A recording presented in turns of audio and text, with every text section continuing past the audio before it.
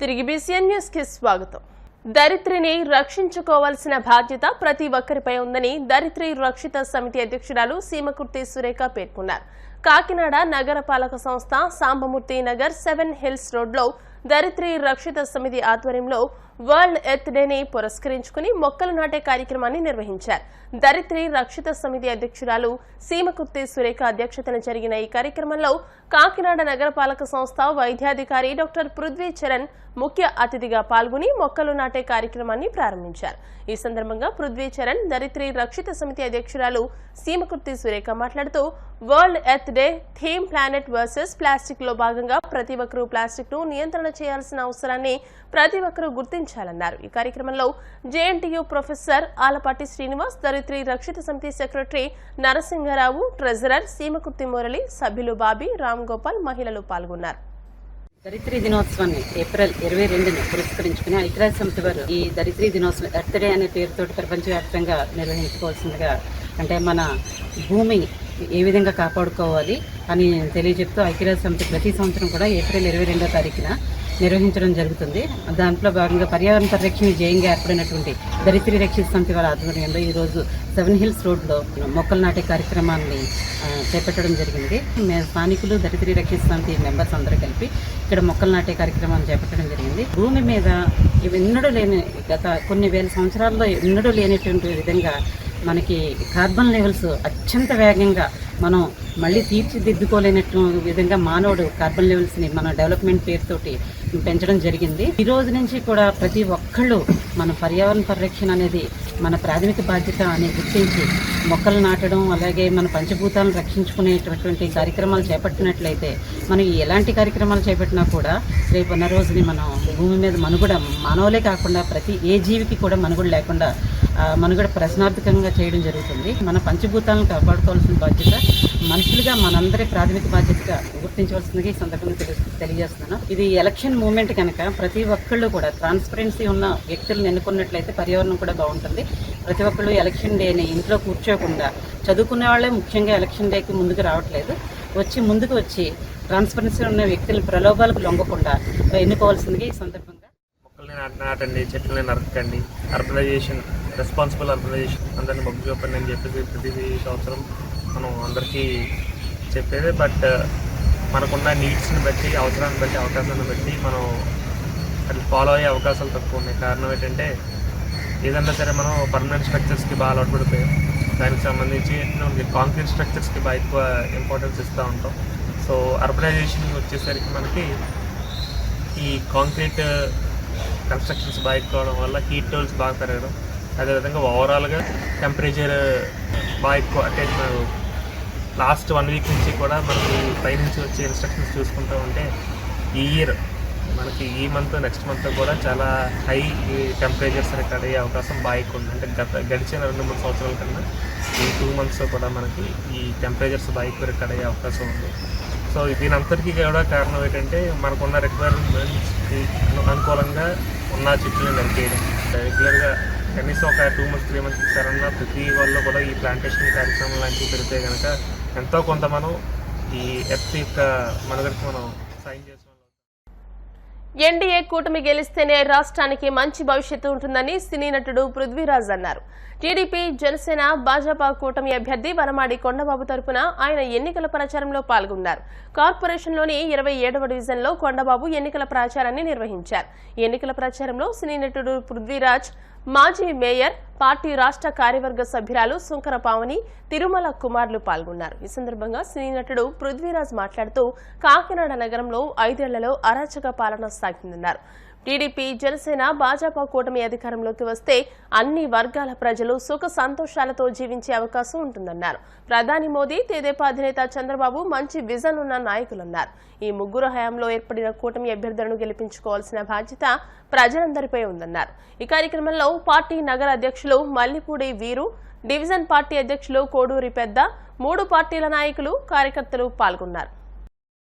ఈరోజు 27వ డివిజన్లో పర్యటిస్తున్నాం. మా తెలుగుదేశం పార్టీ నాయకులు, కార్యకర్తలు, జనసేన నాయకులు, కార్యకర్తలు, అదేవిధంగా బీజేపీ నాయకులు అందరూ కూడా పాల్గొనడం జరిగింది. ఈ రోజున ఇంటింటికి వెళ్తున్నాం ఈ ఎలక్షన్ దాని మీద ఓట్లు అభ్యర్థించడానికి. ప్రజల్లో అందరి ఆవేదన ఈరోజు జగన్మోహన్ రెడ్డి ప్రభుత్వం కరెంటు బిల్లు పెంచేస్తారు, ఇంటి పన్ను పెంచేస్తారు, చెత్త పన్నులు వేస్తారు, రేట్లన్నీ పెరిగిపోయాయి బాబు ఈ ప్రభుత్వం అని చెప్పి వ్యతిరేకత చెప్తూ గత ప్రభుత్వంలో మా తెలుగుదేశం ప్రభుత్వం అధికారులు ఉన్నప్పుడు అండి కిట్ కూలీలకు ₹1,00,000 కట్టామండి.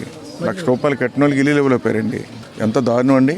5 సంవత్సరాల పరిపాలన, అంతకుముందు 3 సంవత్సరాల ముందు 8 సంవత్సరాలు ₹1,00,000 వడ్డీ ఎంత అవుతుందండి. కట్టిన ఇల్లు ఇవ్వలేకపోయారు. అదేవిధంగా అందరికి ఇల్లు ఇచ్చారని చెప్పి పట్టా చేతిలో పెట్టేశారండి. ఆ ఇల్లు కట్టుకునే అవకాశం కూడా కల్పించలేకపోయారు వాళ్ళకి. చేతికి ఏదో పట్టా ఇచ్చారంతే పేరుకి. వాళ్ళు ఎవరు కూడా ఆనందంగా సంతోషంగా లేరండి. వాళ్ళకే ధైర్యం చెప్పినప్పుడు అమ్మ మనం వస్తే కిట్ కూలీలు కాకినాడలో కట్టించేస్తాం, ధైర్యంగా ఉండండి, పాత డబ్బులు మీరు కట్టారు, ఇల్లు ఇవ్వలేదు, మళ్ళీ వచ్చి మేము ఇల్లు ఇస్తామని చెప్పి ధైర్యం చెప్పడం జరుగుతుంది. అందరూ కూడా ఒకటే మాట చెప్తున్నారు, తప్పనిసరిగా మీకు ఓటేస్తాం బాబు, మీ ప్రభుత్వం వస్తే మాకు న్యాయం జరుగుతుంది నమ్మకంతో ఉన్నారు. ఈ వార్డు కదండి, అన్ని వార్డులు ఇదే పరిస్థితి. ఈ ప్రభుత్వం వచ్చిన తర్వాత కాకినాడ నగర ప్రజలకి సరైన ఇల్లు ఇవ్వలేకపోయారండి. కొమరగిరి తీసుకెళ్లారండి, 20 కిలోమీటర్ల దూరం తీసుకెళ్ళి ఈరోజు అక్కడ వర్షం వస్తే మునిగిపోతాయి, సముద్రం పొంగితే నీళ్ళు వచ్చేస్తాయి. ఎవరు కట్టుకోవడానికి సుముఖం చూపించలేకపోతున్నారు. ఎవరు కూడా అక్కడ నివాసం ఉండలేమన్న భయంతో ఉన్నారు.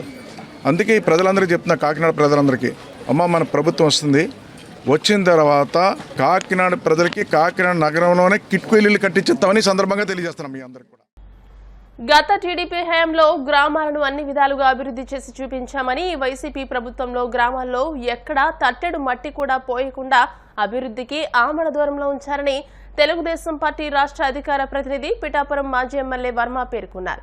కాకినాడ జిల్లా పిఠాపురం నియోజకవర్గం గొల్లప్రోలు మండలం వన్నెపూడిలో తెలుగుదేశం, జనసేన, బీజేపీ నాయకులు, కార్యకర్తలతో కలిసి మాజీ ఎమ్మెల్యే వర్మ ప్రచారం చేపట్టారు. కూటమి ఉమ్మడి ఎమ్మెల్యే అభ్యర్థి అయిన కొనిదెల పవన్ కళ్యాణ్ ను, కాకినాడ ఎంపీ అభ్యర్థి తంగెళ్ల ఉదయ్ శ్రీనివాస్ ను గెలిపించాలని ప్రజలకు మాజీ ఎమ్మెల్యే వర్మ విజ్ఞప్తి చేశారు. జనసేన అధ్యక్షులు పవన్ కళ్యాణ్ గారిని, అలాగే ఎంపీ అభ్యర్థి ఉదయ్ శ్రీనివాస్ని ఇద్దరిని గెలిపించవలసిందిగా ప్రతి ఒక్క ఓటర్ని ఇంటింటికి వెళ్ళి ప్రచారం చేస్తా ఉన్నాం. చంద్రబాబు నాయుడు గారు, నేను సపోర్ట్ చేస్తున్న పవన్ కళ్యాణ్ గారిని భారీ మెజార్టీతో గెలిపించాను. 3 కోట్ల రూపాయలతో ప్రతి ఇంటికి రోడ్డు వేయడం జరిగింది. మొత్తం గ్రామం అంతా రోడ్లు వేసాం. ఈ రోడ్లు వేయడం వలన ఎంతో ఆడపడుచులు కాలికి మట్టకుండా రోడ్డు వేస్తా ఉన్నాం. రోడ్లు పూర్తి చేశారు 3 కోట్ల రూపాయలతో. అలాగే 150 సైట్లు ఇళ్ల స్థలాలు ఇచ్చాం. ఇంటికి లోన్తో సహా శాంక్షన్ ఇచ్చాం. అలాగే దత్తాత్రేయ టెంపుల్ కూడా 8 లక్షలంతో దగ్గర 50,000 అటు ఇటులో దత్తాత్రేయ టెంపుల్ కూడా సహకారం చేశాం. గ్రామం అభివృద్ధి మా బాధ్యతని 5 ఏళ్ళు కూడా నేను ఎమ్మెల్యే ఉన్న పంచాయతీ మీరందరూ కూడా అలాగే ఆశీర్వదించారు నన్ను. మరి కసిగా పనిచేసాం. రేపు రాబోయే రోజుల్లో ఈ గ్రామం అంతా కూడా డ్రైనేజీలు వేస్తాం. అదేవిధంగా ఊళ్ళో కళ్యాణ మండపం ఒకటి ఫంక్షన్ హాల్ లేదు, ఆ ఫంక్షన్ హాల్ కూడా నిర్మాణం ఇక్కడ చేస్తామని చెప్పి తెలియజేస్తున్నాం. అలాగే స్కూల్ అభివృద్ధి కూడా మా హామీని చేసాం. ఒకటి ప్రజలను అడుగుతున్నాం, వంగా గీత గారు 5 సంవత్సరాలు కనపడలేదు. కరోనా వచ్చింది 3.5 సంవత్సరాలు, ప్రజలు ఎలాగపోయారో పట్టించుకోలేదు. ఈవేళ 30 రోజుల ముందు ఆవిడ ఎలక్షన్కి వచ్చి ఓటు అడుగుతా ఉంది, రకరకాల జిమ్మికలు చేస్తూ ఉంది. అటువంటి వ్యక్తుల్ని మనం పారదోలాలి. 5 ఏళ్ళకి వచ్చి మనుషులు మనకు అవసరం లేదు. ఏదైతే పవన్ కళ్యాణ్ గారు ఈరోజు మన మీద ఆశ పెట్టుకుని ఇక్కడికి వచ్చారో, నమ్మకం పెట్టుకుని మన భారీ మెజార్టీతో గెలిపిందాం. చంద్రబాబు నాయుడు గారు, పవన్ కళ్యాణ్ గారు, నేను అభివృద్ధికి కట్టుబడి ఉంటాం. వన్నెపూడి అభివృద్ధి, గ్రామం అభివృద్ధి. జగన్మోహన్ రెడ్డికి విశాఖలో అడుగుపెట్టే అర్హత లేదని తెలుగుదేశం జాతీయ అధికార ప్రతినిధి కొమ్మారెడ్డి పట్టాభిరామ్ ధ్వజమెత్తారు. లాభంలో ఉన్న గంగవరం పోర్టును కమిషన్ల కోసం తెగనమ్మిన గనుడు జగన్ అని మండిపడ్డారు. విశాఖ పోర్టును అంపశయ్యపైకి నెట్టి విద్యుత్ బిల్లుల కోసం వేధిస్తున్నారని పట్టాభిరామ్ దుయ్యబట్టారు. గతంలో ప్రభుత్వ వాటా ఉండి డీవీఎస్ రాజు నడుపుతున్న సమయంలో విశాఖ స్టీల్ కు హ్యాండిలింగ్ ఛార్జ్ టన్నుకు 270 ఉంటే జగన్ పోర్టును విక్రయించాక అది కాస్త 350కి పెరిగిందని ఎద్దేవా చేశారు. గంగవరం పోర్టు కార్మికుల సమస్యలు జగన్మోహన్ రెడ్డి సర్కార్ పట్టించుకోకపోవడంతో పోర్టు స్తంభించిందన్నారు. గంగవరం పోర్టు స్తంభించడంతో విశాఖ స్టీల్ ప్లాంట్ కు బొగ్గు సరఫరా నిలిచిపోయిందని తెలియజేశారు. స్టీల్ ప్లాంట్ ఉత్పత్తి 90% పైగా పడిపోయిందని పట్టాభిరామ్ ఆరోపించారు. ఈ రాష్ట్ర ముఖ్యమంత్రి వైసీపీ పార్టీ అధ్యక్షుడు జగన్మోహన్ రెడ్డి బస్సు యాత్ర చేస్తూ ఉన్నాడు. తానేదో చాలా గొప్పగా ఈ రాష్ట్రానికి ఏదో ఒరగబెట్టేసి ఎన్నికలకి సిద్ధంగా ఉన్నాడంట. ప్రజలందరూ కూడా జేజేలు పలకాలంట. మాటలు ఈయన గారి పనితీరు గత 5 సంవత్సరాలు చూసినటువంటి ప్రజలందరూ కూడా ఇవాళ చీకొడతా ఉన్నారు. ఈయన బస్సు యాత్ర బుస్సు యాత్ర కింద తయారైంది. ఎవరు కూడా ఈయన గారి మాటలు నమ్మేటటువంటి పరిస్థితిలో లేరు. ఈయన గారి బుస్సు యాత్ర ఉత్తరాంధ్రలోకి అడుగుపెట్టిన ఈ సందర్భంలో జగన్మోహన్ రెడ్డి ఉత్తరాంధ్రలో చేసినటువంటి వినాశనానికి ప్రత్యక్ష రూపం గంగవరం పోర్టు. చంద్రబాబు నాయుడు గారి కృషితో ఆ రోజున విశాఖపట్నంలో విశాఖ పోర్టుతో పాటు అదనంగా ఇంకొక పోర్టు ఉంటే బాగుంటుంది, అన్ని రకాలుగా ఆ ప్రాంతానికి పొటెన్షియల్ ఉంది, ప్రభుత్వ వాటా కూడా ఉంచి ఆ రోజున గంగవరం పోర్టుని చంద్రబాబు నాయుడు గారు అక్కడ ఏర్పాటు చేయడం జరిగింది. కానీ ఇవాళ ముఖ్యమంత్రి జగన్ రెడ్డి అవసరం లేకపోయినా లాభాలలో ఉన్నటువంటి గంగవరం పోర్టుని తెగనమ్మాడు. రాష్ట్ర ప్రభుత్వానికి ఉన్నటువంటి వాటాను కూడా తెగనమ్మాడు. డివిఎస్ రాజు గారు ఆయన ఒక ప్రైవేట్ ఇన్వెస్టర్గా ఇవాళ గవర్నమెంట్ వాటాతో ప్రైవేట్ ఇన్వెస్ట్మెంట్తో ఏర్పడినటువంటి గంగవరం పోర్టు, లాభాల బాటలో నడుస్తున్నటువంటి గంగవరం పోర్టుని కేవలం తన సొంత లాభాల కోసం ఇవాళ అదానీలకి కట్టబెట్టి ఆఖరికి ప్రభుత్వ వాటాను కూడా తెగనమ్మేశాడు. గంగవరం పోర్టు మీద ఈ రోజున విశాఖపట్నం స్టీల్ ప్లాంట్ కూడా దాని యొక్క ప్రొడక్షన్ కూడా గంగవరం పోర్టు పైన ఆధారపడి ఉంది. అరే ఇవాళ రాష్ట్రానికే తలమానికమైనటువంటి ఒక పరిశ్రమ విశాఖ ఉక్కు పరిశ్రమ, అటువంటి ప్లాంటు అసలే ఇవాళ కష్టాల్లో ఉంటే ఇబ్బందుల్లో ఉంటే గతంలోనే ఈ రాష్ట్ర ముఖ్యమంత్రి స్టీల్ ప్లాంట్ దగ్గర 1000 ఎకరాల భూములు ఉండే వాటిని అమ్మేయండి అంటాడు. ఏది చూసినా అమ్మేయటమే మీ కమిషన్ల కక్కుర్తి కోసం. ఇవాళ దీనికి జవాబు చెప్పండి ముఖ్యమంత్రి గారు. ఊరుకునే ఎగేసుకుంటే వెళ్ళటం కాదు విశాఖపట్నం మీ బస్సు యాత్ర. మీరు దీనికి జవాబు చెప్పి అడుగుపెట్టండి. విశాఖపట్నంలో గంగవరం పోర్టుని దేనికి తెగనమ్మారు ఆ రోజున? ఇవాళ గంగవరం పోర్టులో ఉన్నటువంటి పరిస్థితుల్లో ఈ రకంగా దిగజారిపోవటానికి కారకులు మీరు కదా. ఆ రోజున ప్రభుత్వ వాటా కనుక గంగవరం పోర్టులో ఉండుంటే, మీరు అమ్మకుండా ఉండుంటే ఇవాళ పరిస్థితి ఈ రకంగా దిగజారేదా? విశాఖపట్నం స్టీల్ ప్లాంట్కి ఇన్ని కష్టాలు వచ్చుండేయా? ఇవాళ వీటన్నిటికీ కారకులు మీరు కాదా జగన్మోహన్ రెడ్డి గారు?